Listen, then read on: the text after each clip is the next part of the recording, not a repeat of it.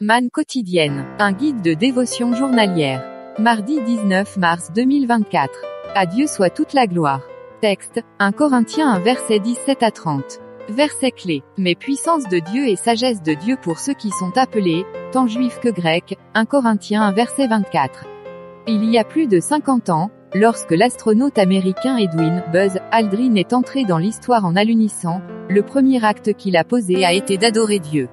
Là, sur la Lune, il a célébré la Sainte Seine avec le pain et le vin qu'il avait emporté, tout en lisant en silence le passage de Jean 15 verset 5 qu'il avait écrit sur un petit carnet de notes. Une partie de ce verset dit ceci, « Car sans moi vous ne pouvez rien faire ». Alors que le monde célébrait une percée inoubliable, un homme a reconnu la place indispensable du Créateur, qui mérite toute la gloire pour toutes nos réalisations.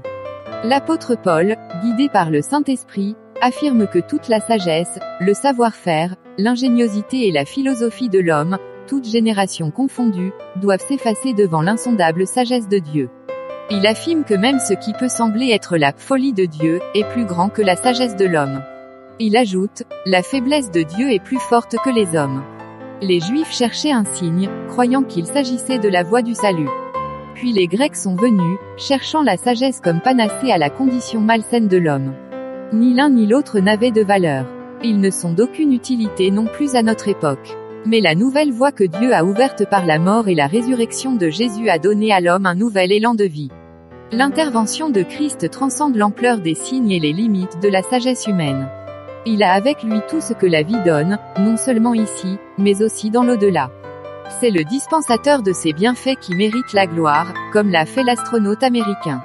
Nous devons nous glorifier dans le Seigneur en le reconnaissant pour notre être et nos réalisations.